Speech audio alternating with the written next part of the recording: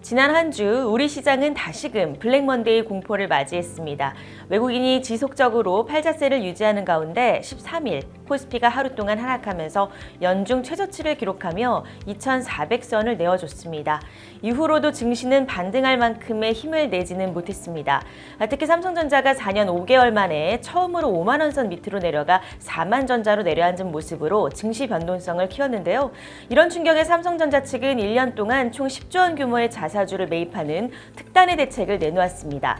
3개월간 3조 원 규모 자사주를 장내 매수해 전량 소각하고 나머지 7조 원가량의 자사주 매수 시점은 주주가치 재고 관점에서 결정할 예정이라고 설명했는데요.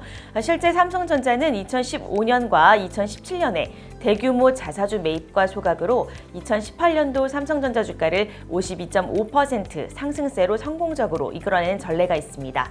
이번 삼성전자의 자사주 매입은 저평가된 주가를 방어하고 책임 경영을 이루겠다는 의지를 나타낸 것으로 약화된 외국인들의 투심을 개선할 수 있을 거라는 기대를 내비쳤습니다. 이와 함께 이번 주 국내 증시는 미국 반도체 기업 엔비디아 실적 결과 발표와 함께 삼성전자 주가 흐름이 시장 온도를 결정지을 것이라고 내다봤습니다. 다음은 보안상장기업 주가 흐름 살펴보겠습니다. 지난주 국내 증시가 흔들리면서 대부분의 보안상장기업들은 하락세였습니다. SK텔레콤이 약보합권에서 마지막 거래일을 마쳤고 그간 연이은 상승세로 시장의 관심을 받았던 S1이 상승분의 일부를 반납하는 모습이었습니다. S1은 한 주간 9.13% 하락한 59,700원에 거래를 마쳤습니다.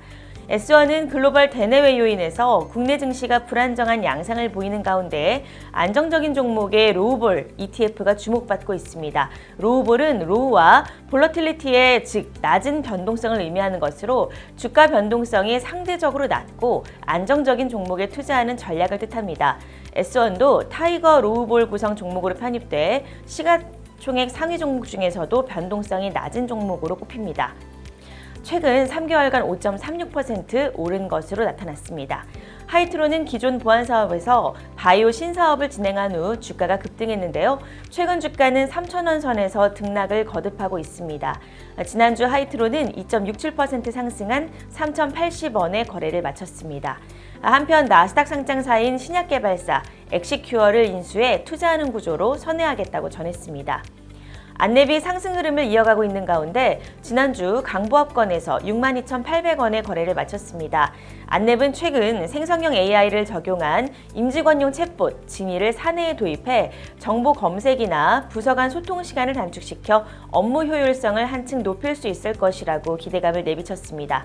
윈스는 지난주 급등세에서 잠시 숨고르게 하는 모습을 보였습니다.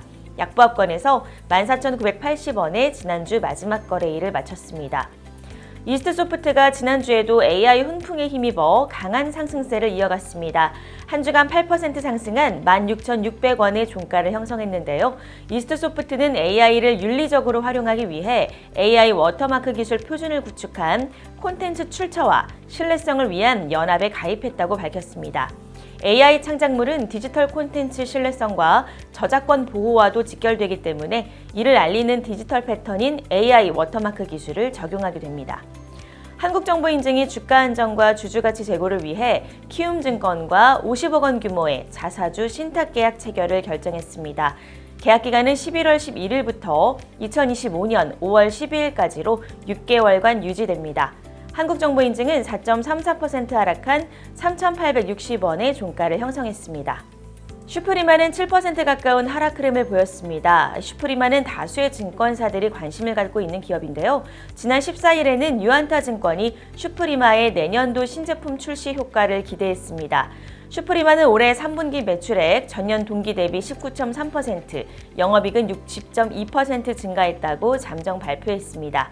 이 같은 호실적 배경엔 평균 판매 가격이 높은 안면인식 제품 비중 확대와 퀄컴 재계약, 미국 진출 기업들을 대상으로 공급된 통합보안 단말기와 SI 솔루션 등이 매출 확대로 이어진 것으로 분석됐습니다. 드림시큐리티가 10.59% 하락한 3,125원, 아이디스가 2.78% 하락한 14,000원에 지난주 마지막 거래일을 마쳤습니다. 다음은 보안뉴스와 시큐리티월드가 선정한 글로벌 시큐리티 탑 100기업 시총 상위 종목 주가 흐름 살펴보겠습니다. 트레인이 지난 1주차에 이어 0.97% 상승한 강보합권에서 9,400원의 거래를 마쳤습니다. 지니언스는 2.49% 하락한 9,410원의 종가를 형성했습니다. 지니언스는 14일에 올해 3분기 연결 기준 실적을 발표했습니다. 전년 동기 대비 매출액은 34.9%, 영업이익은 무려 661%, 당기순이익은 234.4% 증가했습니다. 이러한 호실적 배경엔 네트워크 접근 제어 솔루션 수요 증가로 공공부문에서 강세를 보인 동시에 민간 부문에서도 시장 점유율을 확대해 나가고 있는 것으로 전했습니다. 이니텍은 3분기 연속 흑자를 달성하는 쾌거를 이룰 것으로 보입니다.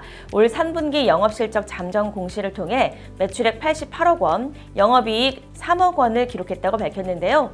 매출액은 감소했지만 영업이익은 7억 원 증가했습니다. 포커스 HNS는 4.28% 하락한 2,570원의 보합권에서 마지막 거래일을 마쳤습니다. 슈프리마 HQ가 6.55% 하락한 5,420원의 종가를 형성했습니다. 파이오링크는 5.44% 하락, 이글루 코퍼레이션이 4.04% 하락한 4,860원의 거래를 마쳤습니다. 이글루 코퍼레이션은 13일 이글루 개발자 컨퍼런스 2024를 개최하고 기술 방향성과 연구개발 성과를 공유하는 시간을 가졌습니다. 주권 매매 거래 정지가 해제돼 정상 거래가 재개된 K사인이 10.74% 하락한 7,480원의 종가를 형성했고 카티스가 16.56% 하락, 그리고 파수가 11.88% 하락한 4,265원의 지난주 마지막 거래일 종가를 형성했습니다. 지금까지 부안상장기업 소식 전해드렸습니다.